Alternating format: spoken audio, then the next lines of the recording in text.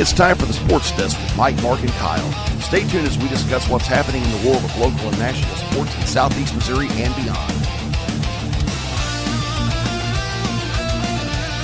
And welcome back to the Sports Desk with Mike, Mark, and Kyle. I'm Mike Bueller. I'm Mark Sanders. Live from my bed, this is Kyle Roberts. And we are doing something brand new today, guys. We are recording video of our podcast. We're very excited about that. And we've got a very full show today. We are going to be talking, let me get my breath. We're going to be talking Cardinals baseball. We're going to be talking a little bit about the Raiders and Lady Raiders. And we're going to be talking about the NFL draft, all of which is coming up soon.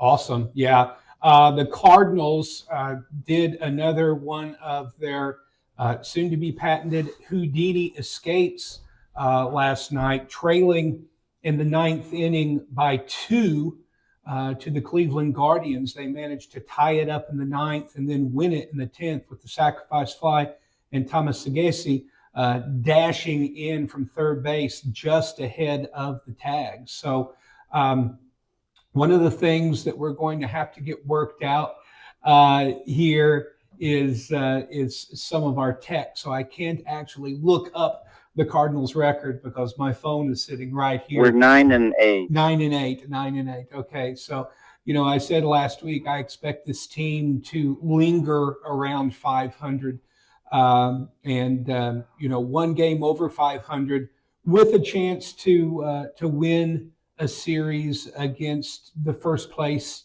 team in the NL Central. Wait a minute. AL Central. AL Central, and I think Minnesota is actually in first place. But Cleveland was in first place last week. Again, this is what happens when I don't have ESPN.com on in front of me. So we'll have to remedy that next week. Again, this is our first attempt at a video show.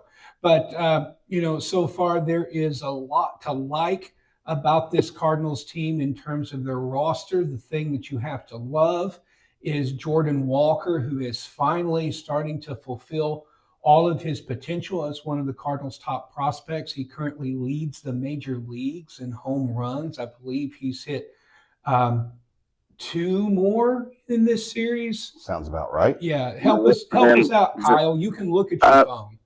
Jordan Walker has 2 more home runs now than he did all of last season, and we're not even out of April. Yeah. And J.J. Weatherholt is proving that he was the absolute correct pick for the Cardinals when they drafted him recently. He had his first 2 home run game last night. He's been playing lights out defense. Everybody on the roster has been contributing at the plate and at the field, with the woeful exception of the pitching staff. I don't know what we're going to say about the pitching staff, except that it is a work in progress. And, if I want to compare it to my own writing, it is a rough first draft that I wrote after midnight in a fever dream. Very rough. I am very sure your early writing is better than this team's ERA of 5.05 right now. It is dismal, and right now there's not a lot to like about this pitching staff. I mean, you've got Libby as your number 1 starter, and then after that, flip a coin. Just Mike McGreevy's got a 249. Yeah, McGreevy. That's the other name that I was thinking of. But after Libby and Mac, you've got nothing. It's they might hold the other team to 1 or 2 runs.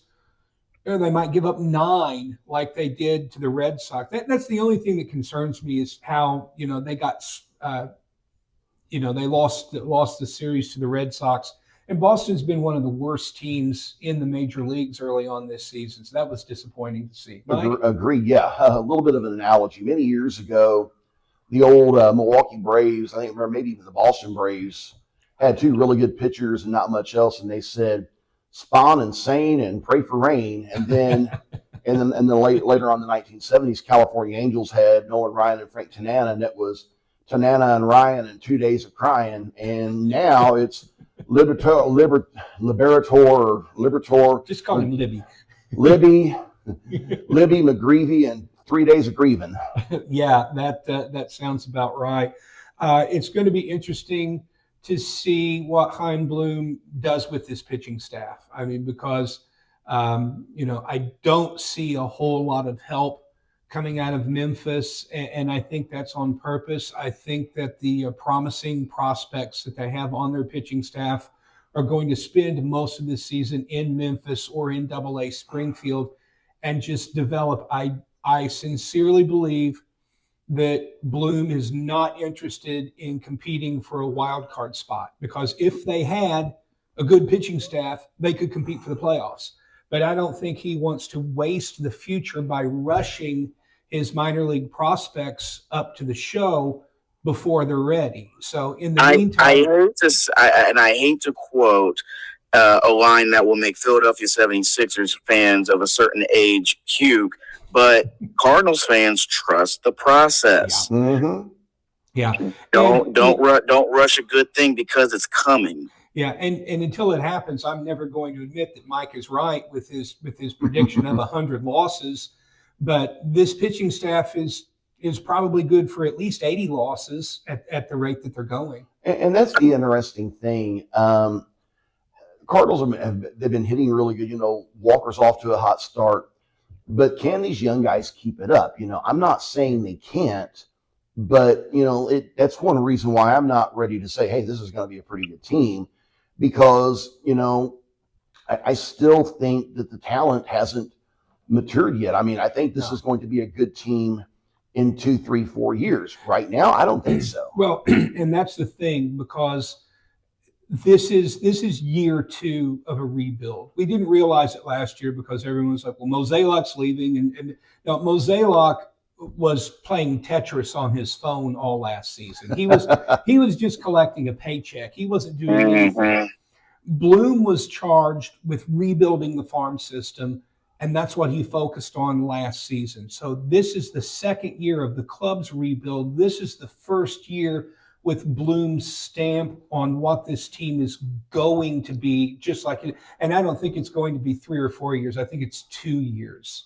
I think they're fun and competitive this year.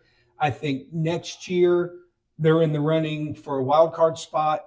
2 years from now, NL Central champions. That's a very good possibility, and that could happen. We're going to switch gears a little bit, and I want to give a couple of shout outs before we go to a break. Some Raiders and Lady Raiders news. First of all, after we recorded last week, 2 Three Rivers College basketball players got second team All-American honors. On the men's side, Matt Hampton was named second team All-American, and on the women's side, Samyah Jordan was named second team All-American. We're hoping to have them both here on the podcast after a while.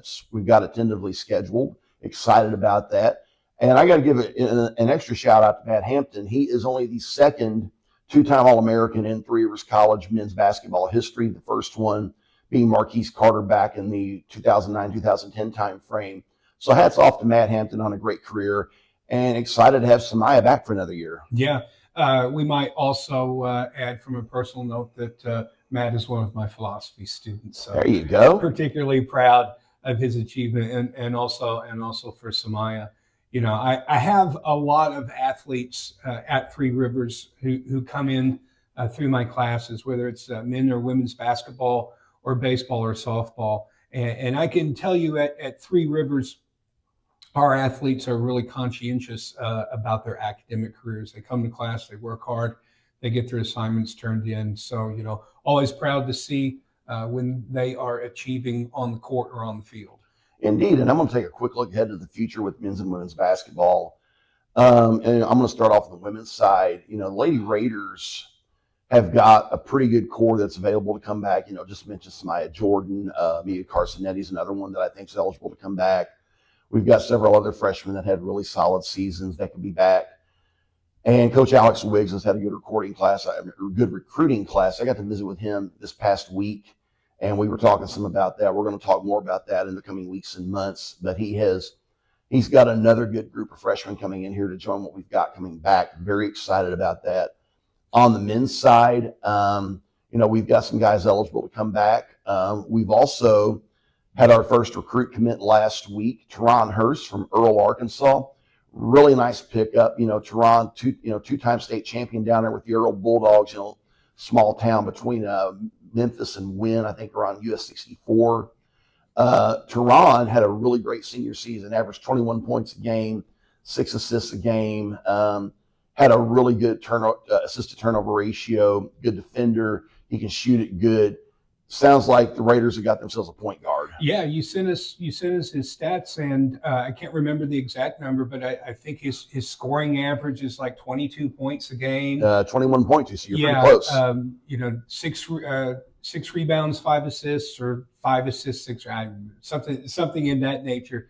46% shooting average, field goal average, and 34% from three. Are those numbers correct? 54% from the field and 42% behind the line. 42% from three. That is huge, and that means 4 out of every 10 shots that he's taking from three are going to drop. That's amazing. And that's big, and that's one thing, that some of our best Raiders basketball teams over the years, one of their hallmarks has been having a great point guard. The Raiders basketball team that made it to the national finals back in 2010 had Marquise Carter, who we mentioned earlier. 2012 team that went to the national tournament in Hutchinson, Kansas, had a good point guard in Bobby Peebles, friend of mine. Other outstanding Raider point guards that have helped their teams get to Hutch. Derek Tipler back in the early 2000s is one that comes to mind. Benji Johnson on the 1992 national championship team.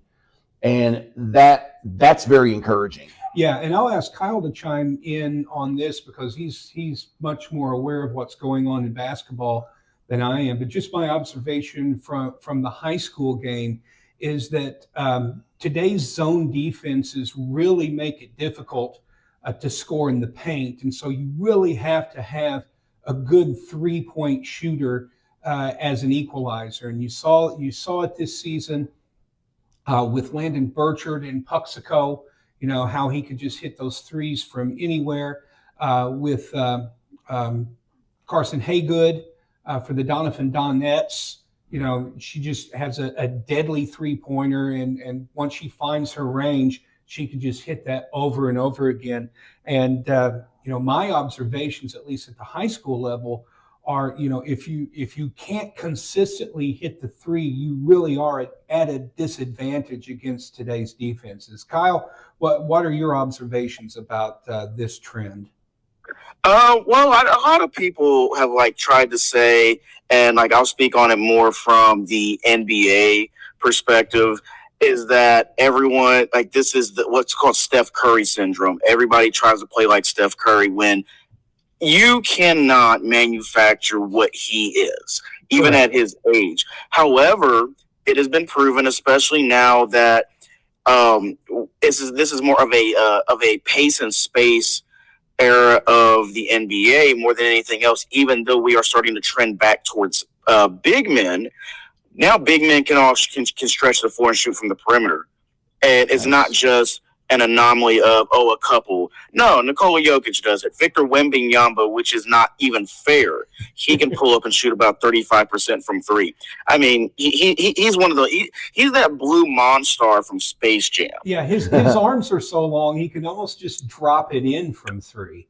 But back to schematics is that players are just better at shooting from the perimeter, and it's actually proven to be a more efficient shot than a mid-range two. It likens me back to Dean Smith's old 4-out 1-in system that he ran at North Carolina, and this is more in y'all's age range. We aren't ageisms here at all. But when you look at the North Carolina teams, they never had super dominant center play consistently throughout Dean Smith's era. It was usually an undersized power forward, not talking about Tyler Hansborough, but guys like Sam Perkins, who was a big man that could stretch the floor and shoot from three. And a former Dallas Maverick. Yes, indeed. I more remember him as a supersonic. But it's about spacing the floor, efficient ball movement, and being able to beat zone.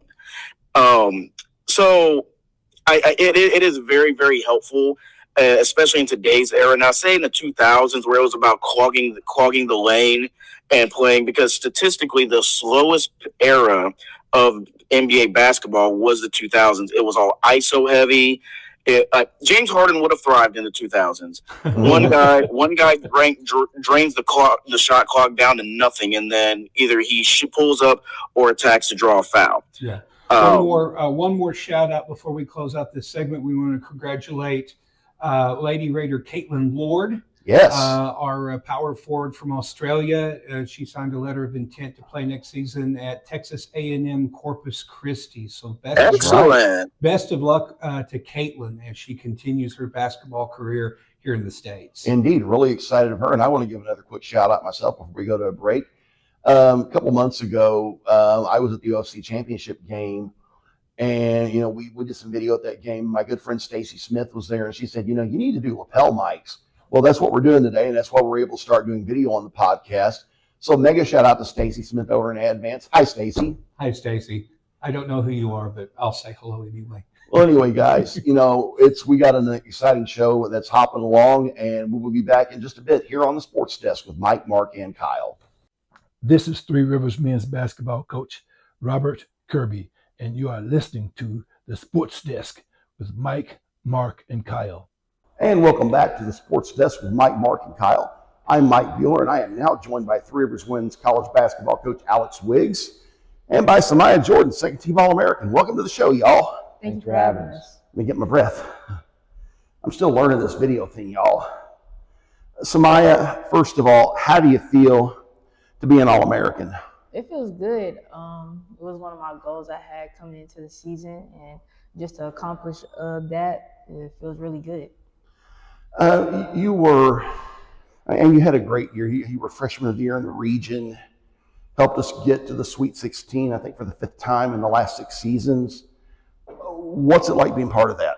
It feels good. I mean, just coming here knowing that it was a winning program overall was something that really harped on my decision to come here, and I knew that we was going to make it pretty far this season. So next year, I know we're going to go even farther. And that's the thing, we were talking about this earlier on the show. We've got so many freshmen that are available to come back. We've had a good recruiting class.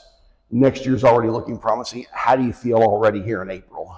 Oh, I feel great. I mean, I know that during this off season we're going to work hard. I know that going into the summer we're all going to go home and still be on the grind. And I know when we come back it's going to be the same expectations, same standards, and we're just going to increase and grow as a team overall. Coach, Samyah meant a lot to this team this year. Like I said, 5th trip to the Sweet 16 in 6 years, big part of our success. All-region, second-team All-American. I'll let you go from there. Yeah, that point guard spot is a big position. She had to step up big time this year, being that we had 12 new kids and only 3 returners. And I thought she did a great job of, accepting that role of kind of finding, kind of the style, how we wanted to play and buying into our system. And I thought she did a great job in that leadership role. You've had several All-Americans over the years, but it never quits being special, and having another All-American's pretty special. I'll let you go from there. Yeah, like you mentioned, she was freshman of the year in the region. She was second team NJCAA All-American, and she was also NJCAA All-Tournament team.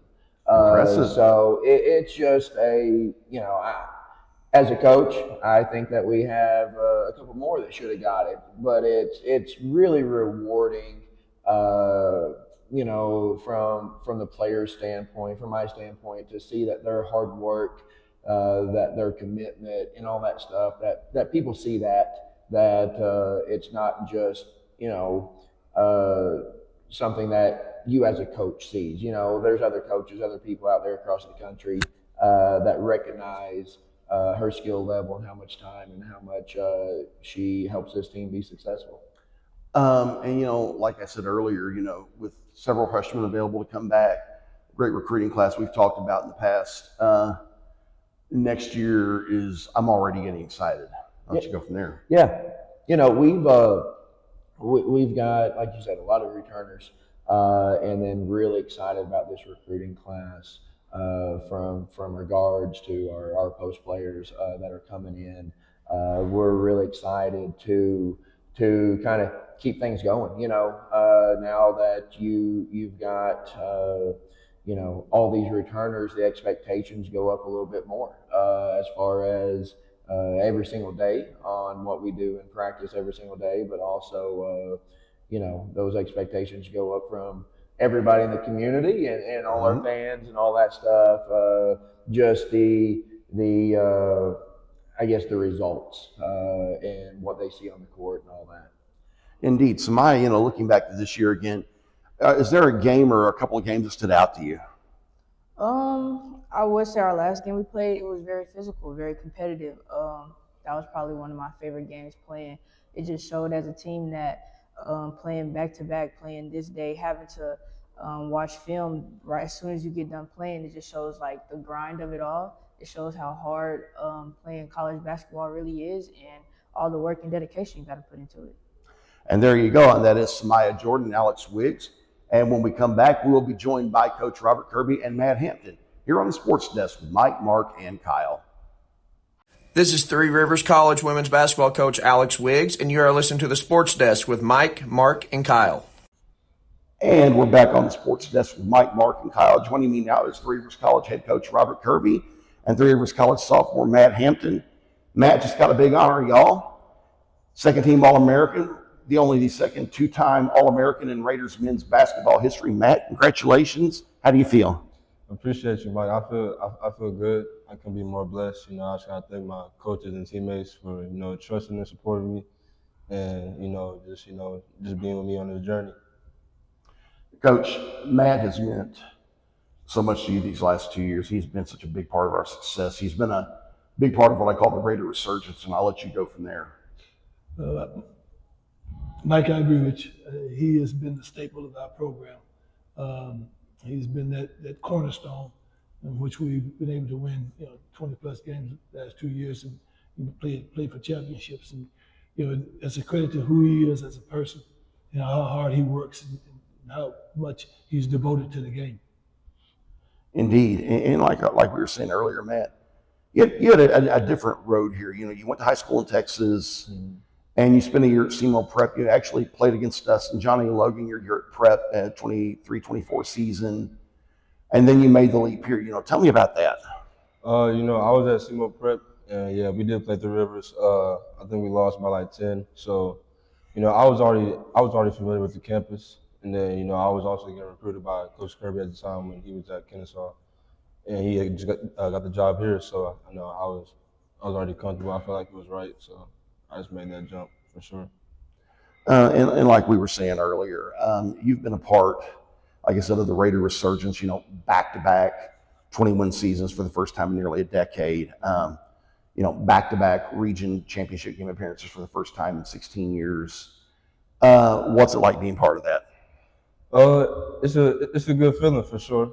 I honestly didn't even know any of that, but it's a good feeling. We're blessed. We work for it. We work night and day, and it's been we've been through a tough journey, but we succeeded a lot. So can't thank no one but God. Coach, what game or games that Matt's had here the last 2 years have stood out the most to you? Tell you what, he had a number of them, and not so much as full games. It's just at the time that he needs to do things in games. A good point guard understands that he doesn't have to score a lot all the time, but they understand that they need to, at certain times in the game, they have to take over it and make plays for the team when everything else is falling apart. He's done an outstanding job at that all year, seizing the moment. Understanding, okay, we need to have this at this time. And that's a credit to his growth and development as a player. So many times guys don't always understand that as they go through it. And he was a wing until they got here. And he's really grown over the last 2 years as a player to understand, not just see the basket, but see the floor. And his work ethic, his determination, and his will to be very successful, it just surpasses most guys that are willing to sacrifice what he sacrificed to get to where he is. And Matt, because of that sacrifice and hard work, you've got a lot of colleges looking at you. I don't know how many offers you got. I know it's a long list. You got a lot of choices to make. Tell me about that. It's been the last few weeks have been stressful. Just trying to find the right place for me, and but it's been it's been a good journey. I can't thank no one but God. Thank my teammates, my coaches, for supporting me and trusting me, and I worked hard night and day, so it all paid out for sure. Matt, what are you going to take away the most from this place when you leave? Definitely playing with my teammates for sure. Both years, I think not even just playing, just hanging out with them, going to dinner, bus rides, all that. It was all fun. The fan supports. It was all fun. I can't take nothing from it. Coach, what are you going to remember the most about Matt when he leaves here? The most is he's a great person. His will and his drive to be successful in the classroom as well as on the floor matters a lot. He's been exemplary off the floor.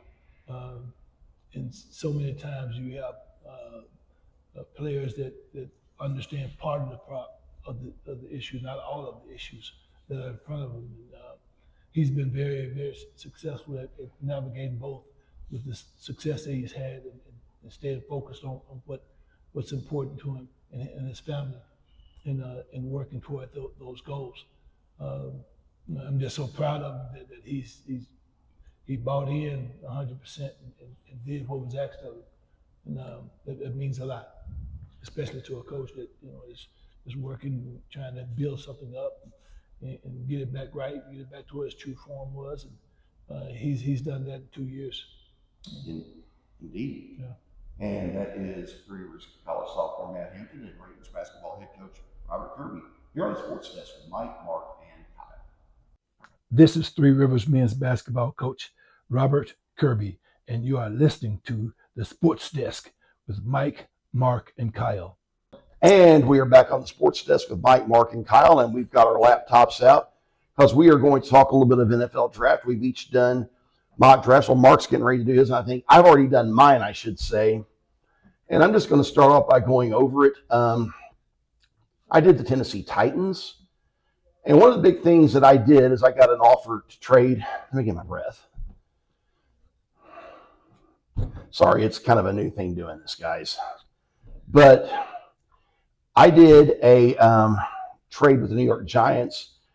They traded me a first and a second round pick to move up from 5 to 4. But with the number 5 pick, I was still able to take Jeremiah Lovett, running back, giving us that home run hitter in the backfield to go with Cam Ward. I'm curious who the Giants took with all of that draft capital. Do you remember? I'd have to double check. It might have been Caleb Downs. Okay. But that was our first round pick. And I think I also gave them a third round pick. So basically, I traded them a first and a third. They traded me a first and a second. So we have 3 picks in the top 37. With our 2 high second round picks, took Avion Terrell, the cornerback out of Clemson, and then took Denzel Boston, a wide receiver for the Washington Huskies. Yeah, that's a solid pick. I think he would fit in well with that offensive system and give Cam Ward just a great target.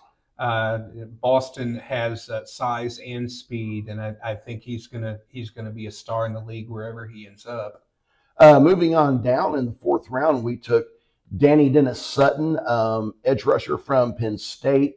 In the 5th round, we took J.C. Davis, offensive tackle from the University of Illinois. I like him. That's a good pick. He's on pause. Yeah. And then 2 picks behind him in the 5th round, we took Devin Marshall, cornerback from North Carolina State. Moving down, we took, I believe, in the 6th round, Max Llewellyn, edge rusher from the University of Iowa Hawkeyes. 10 picks later at 194, we took Cyrus Allen, wideout for the Cincinnati Bearcats. And in the 7th round, we took Colin Wright, cornerback out of Stanford. PFSN graded my draft as a B+. All of my picks were graded as A's and B's, except for the Davis pick, which they gave a C. I disagree. I think that was a good pick. I don't think Love is going to be available for you at the number 5 pick. I don't think he gets past 2 or 3. I think if he gets to number 3, the Arizona Cardinals are going to take him. I really see in real life, I see the Titans using their number 4 pick to take an edge rusher, probably Reuben Bain Jr. from Miami, but I think they're definitely going to take an edge rusher with that first round pick. That's a good possibility, but I've also been hearing that Love is in play at 4. I think either any of those picks will be good picks. I really like Jeremiah Love. We're not in as dire need of him as we are of other picks, but I mean, it would be impossible to pass on him if he's there, because I think it would. There are other good edge rushers. I can't quibble with you taking Terrell or Boston in the second round, but having to wait until the beginning of the 4th round to take an edge rusher, you're really losing a lot of value. I mean, I like Max Llewellyn from Iowa. I've mocked him in a couple of drafts. He's a good day 3 edge. I think he's a developmental guy, so I don't think either one of the edges that you've selected are going to be, starters next year. But I mean, it's like we're not looking for the Titans to make it to the playoffs. We're looking for the Titans to show improvement and give you hope for the next few years, much as the Cardinals are doing on the baseball side. Going 5-12 or 6-11 would be considered improvement after back-to-back. Yeah, after back-to-back 3-14 seasons, being consistently the worst team in the NFL the last 2 years combined. I mean, worse than the Cleveland Browns, worse than the Las Vegas Raiders. I mean, there's bad. And then right now, guys, we are the dregs of the league. Yes, things are getting better, but that doesn't mean we aren't at bottom right now. Well, I think having help me out, head coach. Robert Saleh. Yes, having Robert Saleh, the defensive mastermind, as your head coach, and then my ability to bring up names on the fly is just blanking out. The offensive coordinator, former Giants head coach, Brian Daboll. Brian Daboll.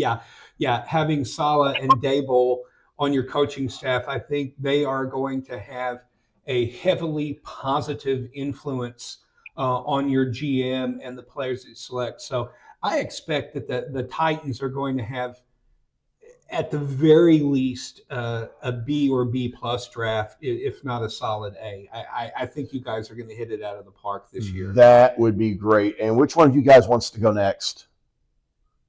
Samyah? Yeah, I'll go. I'm drafting for the Minnesota Vikings. Of course. I don't think there's any question as to who the Vikings are probably targeting.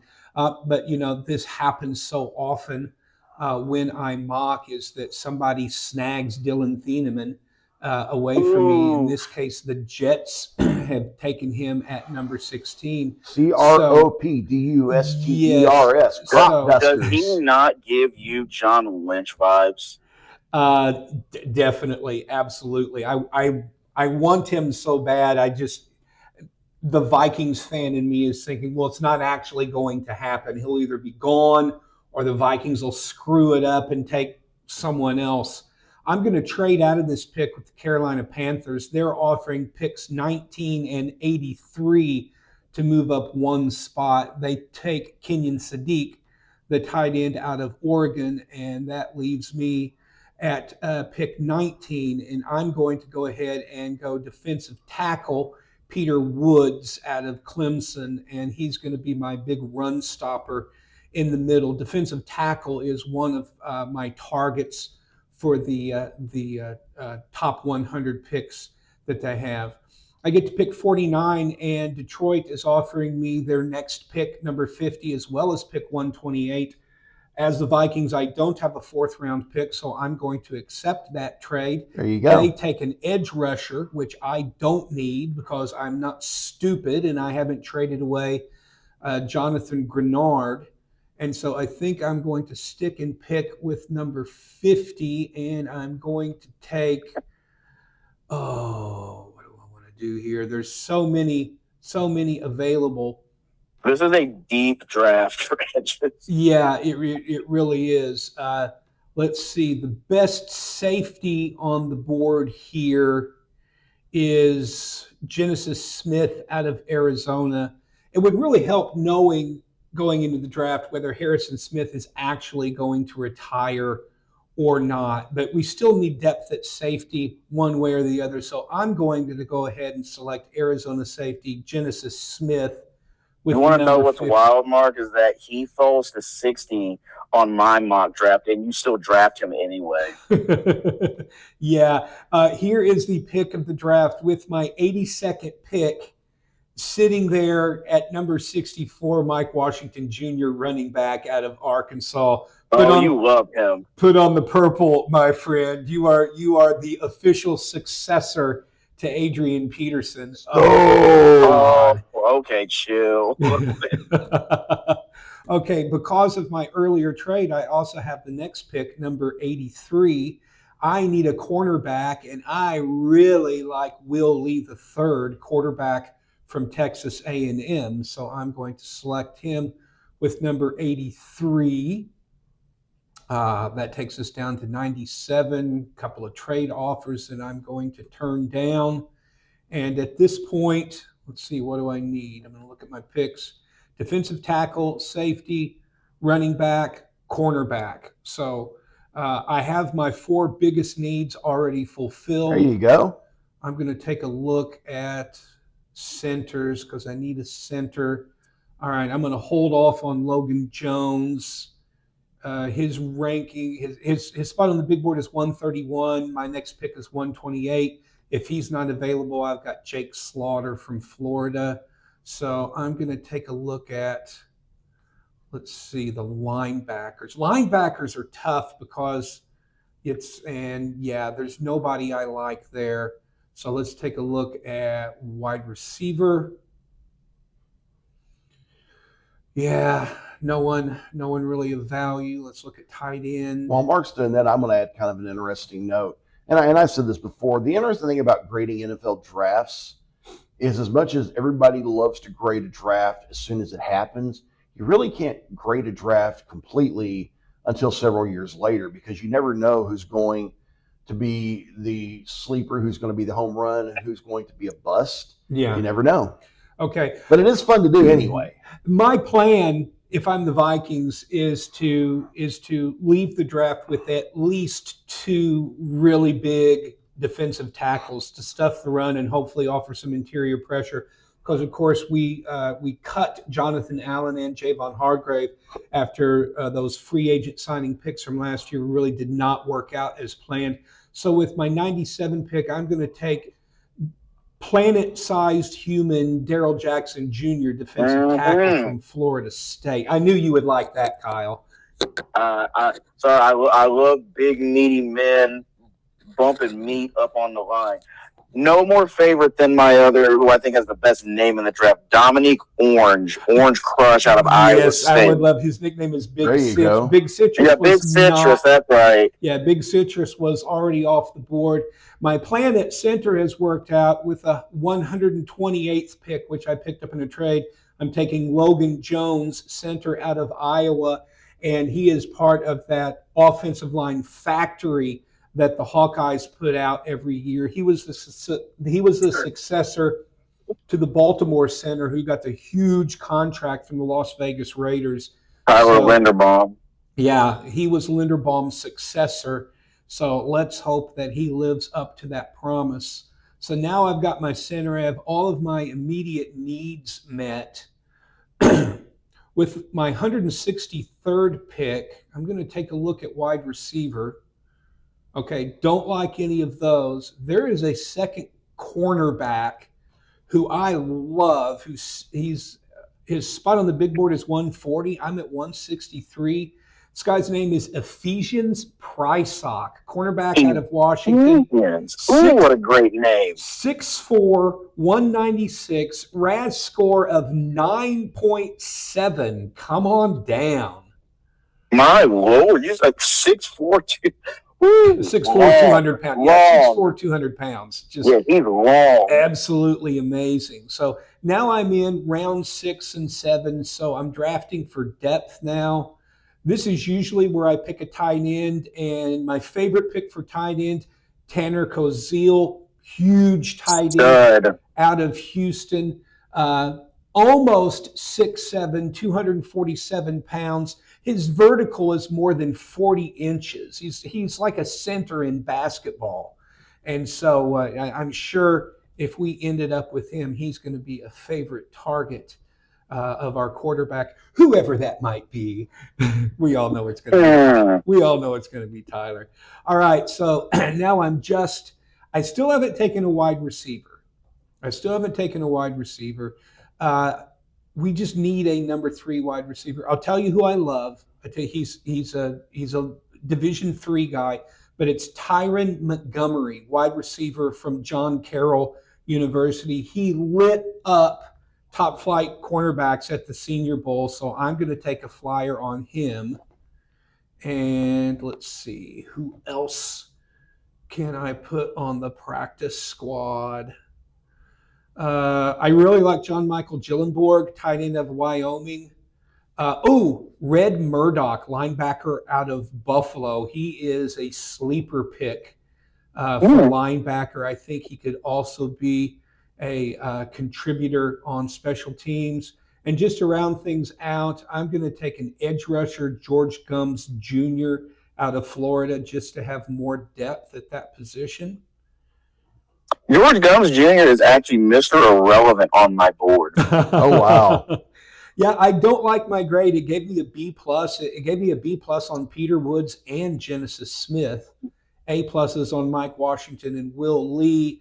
And then, it kind of gave me middling grades on this. But I'll tell you what, if the Vikings ended up with my board on this draft, it would be an A+ for Vikings fans, because it would be the best draft in 4 years. And you know that our drafts for the last 4 years have been absolutely dismal. So I'm really happy with this. Let's see. I'll see your bad drafts and the Titans' bad drafts. We've had some horrible drafts. Have you had 4 years in a row of terrible drafts? Did you know that there's not a single player from the 2022 draft who still remains on the Vikings roster? I think that maybe drew the Titans as well. So awful. Well, like who does draft well?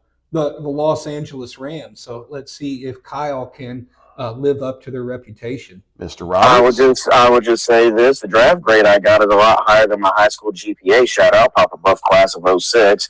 20-year reunion coming up soon, y'all. Yeah, that's also because it's all about class of 86 and the 40-year reunion coming up soon, y'all. Oh, and class of 91. 35-year reunion coming up, y'all. We're old. We're all old. We should be, we should be drinking Metamucil instead of coffee. Metamucil, good Lord. Okay, so I made no trades.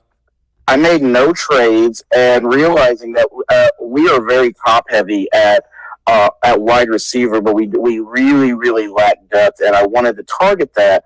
And I took 2 wide receivers in this draft, but with the 13th pick, I took the Biletnikoff Award winner Makai Lemon out of USC. He doesn't have to go far, and he can be a perfect slot guy. He can return punts as well. So he's a versatile weapon. But having Puka and Devontae occupying all the attention on the field, there's the problem. So I absolutely love that pick, because this is a very deep wide receiver class. There were a ton of names on my draft that I saw. I'm like, man, he'd be great. I did another mock where we took Jordan Tyson at 13. I would not be upset about that. If he stays healthy, he may be the best wide receiver in this draft. I fully believe that, but I like the versatility Makai Lemon brings and his potential as a future number 1 receiver. Yeah. At 61, I wanted to go ahead and get more depth in the front 7, because if there's one thing we know how to do, no matter where the Rams are, we hurt quarterbacks. So I went ahead and I added Malachi Lawrence, edge rusher out of UCF.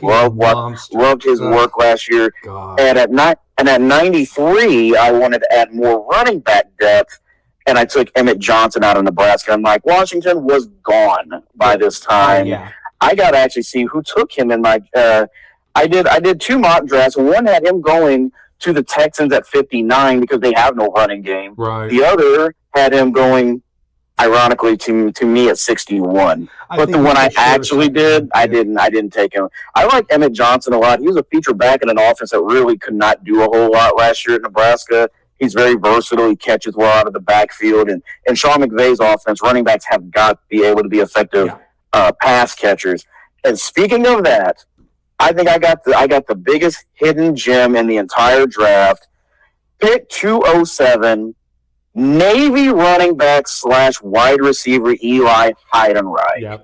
Yep. I've mocked him so many times as a fullback replacement for the retired C.J. Ham on the Vikings. I like Heidenreich.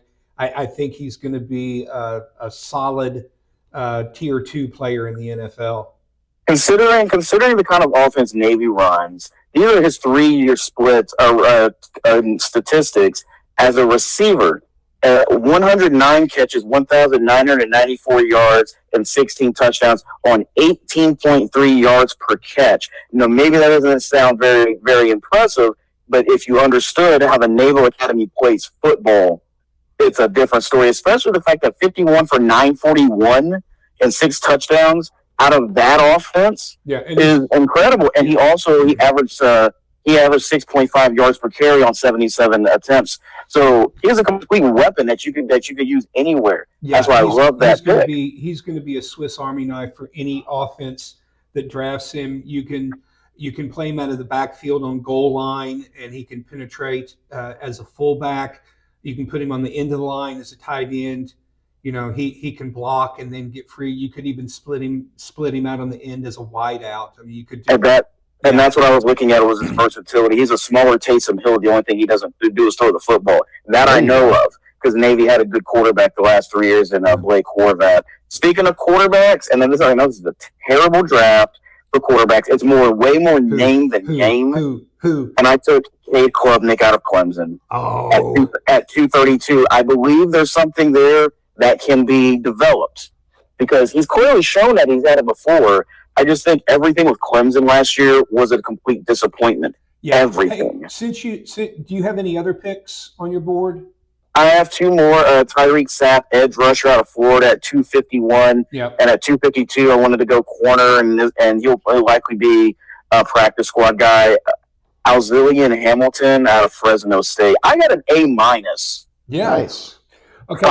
5 A's, an A-, and a B-. There are a couple of sleepers at quarterback that I have drafted on several occasions with my last pick in the Vikings. Now, this guy probably won't hang around until the 7th round, but it's Cole Payton, quarterback from North Dakota State. I've heard about him. He's 6'3", 232, an insane RAS score as a quarterback of 9.87. Nice. That sounds like Tebow. Yeah, I know he's a runner. Yeah, because he's an FCS player, he needs a lot of development. But if you're looking for a number 3 or a number 4 quarterback to develop over the next 2 or 3 years, I think he would be a great pick. The other quarterback that I often take in the 7th round, he really fascinates me, is Jack Strand out of Minnesota State Moorhead. So Minnesota State Moorhead. Yeah, this is a Division III school. But when you look at his statistics, I mean, it is unbelievable. The season that he had, I'm not able to bring up his career stats here, but I have seen them, and he's really intriguing as someone to take a 7th round flyer on. Jack Strand. I'm going to pull up his numbers real quick. Okay. I'll see what I can find out here. All right. Because now I'm very curious. Yeah. While you're looking that up, I want to go over Mel Kiper's latest 2-round mock. Before you do that, I want to make a quick joke. Whenever you say Minnesota State, I was thinking it too. Show my age, and I think back to the old show Coach when Hayden Fox coached the Minnesota State Screaming Eagles.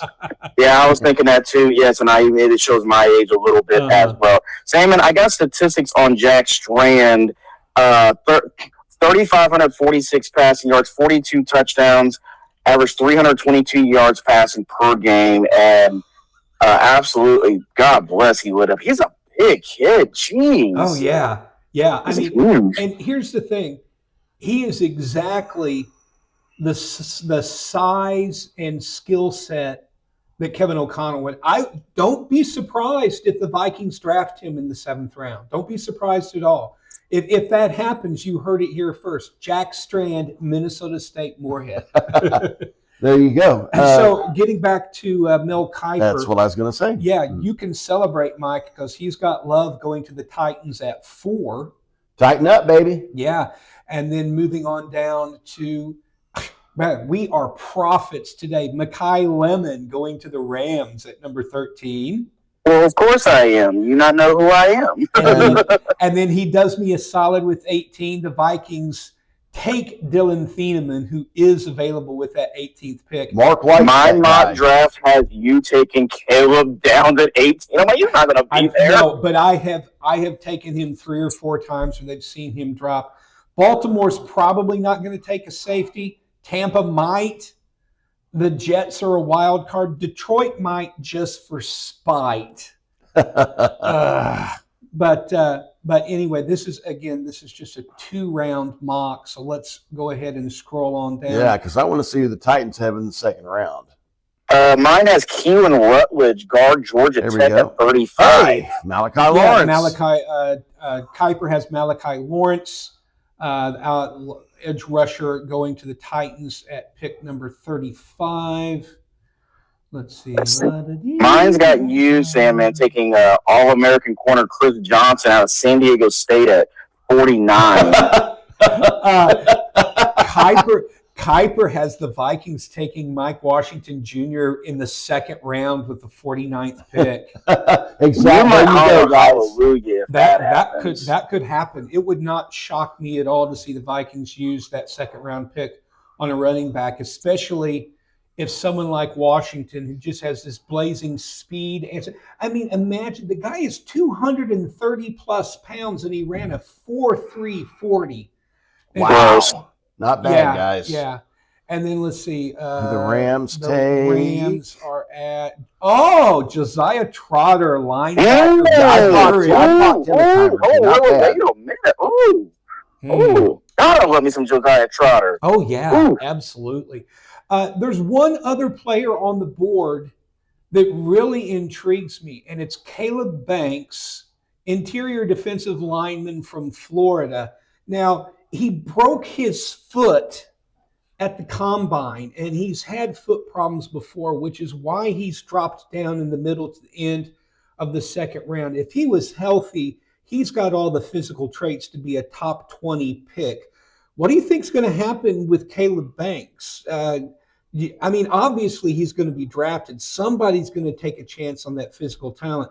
But do you think that the medical report could possibly cause him to drop even into the day 3, in the 3rd round, or maybe even to day 3, maybe even? I hope not. Because this kid's special. I mean, good Lord, look at the measurables on him. Yeah. I mean, I would be willing just to amputate the foot and install a bionic foot if I could have the rest of the skill set to go along. We can rebuild him. Yes. Yeah, he'll become the $6 billion man. I mean, he has a RAS score of 9.83, which is incredibly impressive. He projects as high as number 9 and as low as a mid-3rd round pick. I don't think there's any way that he's going to go in the 1st round just because of the medical report. You know, when you're talking about foot problems for a lineman, they're constantly, getting stepped on and having to change direction rapidly. I mean, it would really make me hesitate to take him with a high pick, but man, if he drops down to the end of the 3rd round, it would be almost impossible not to take a flyer on that level of talent. Exactly. I think you have to. Well, it is. We are sitting here recording on a Wednesday morning, so it's just a little bit more than a week until Christmas Day for NFL fans, and we can't say exactly yet what we are doing for the 1st round of the draft, but we have been kicking around ideas for a YouTube live stream or something where we can comment as the draft is happening. And if we can figure out what we're doing, if three guys way past their prime can figure out the technology in an 8-day period. We'll have that announcement for you next week. You can also keep track of us on our Facebook page. That's the Sports Desk with Mike, Mark, and Kyle. And any plans that we come up with will be announced for that. But I simply can't wait for night one of the NFL draft. It's going Where to is be the draft at again? Say it again. Who's hosting this year? Pittsburgh. Ew. I know. Yeah, I know. It's still Wonders. Yeah, the Vikings have their bid in for 28. So fingers crossed that it's going to be in the Twin Cities in a couple of years. I think next year is DC. That sounds about right. Yeah. I could see that. It's going to be fun, guys, but that's our show for this week. We will do it again next week. And I'm Mike Bueller. I'm Mark Sanders. And I'm Kyle Roberts. And you have been listening to the Sports Desk with Mike, Mark, and Kyle.